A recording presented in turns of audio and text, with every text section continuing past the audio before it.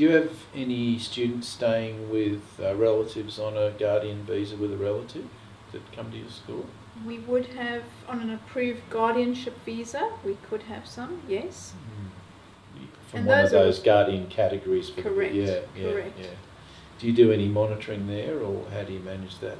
Because I know that some jurisdictions actually say that even though they're with an approved guardian, it's best practice to actually go and have a look and see what the arrangements are. Absolutely, I think it is best practice because I think Yeah. the level of due diligence that's done in order to get that guardianship visa might not necessarily be what a school would expect to do for an international student.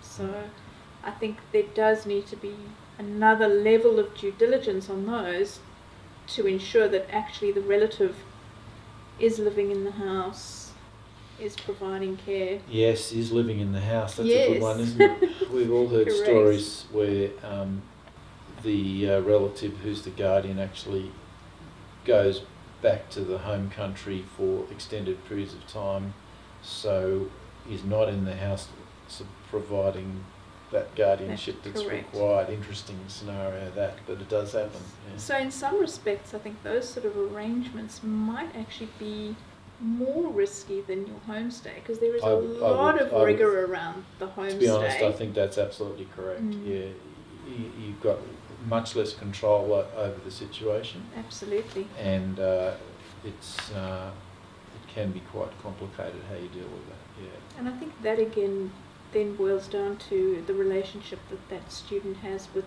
the school and the international student coordinator or similar person, and that there are regular conversations, regular check-ins through which we could identify those sorts of issues potentially happening, and then I think you need to cover off on it in your agreement with the family that if they are the nominated guardian relative, that they must be there.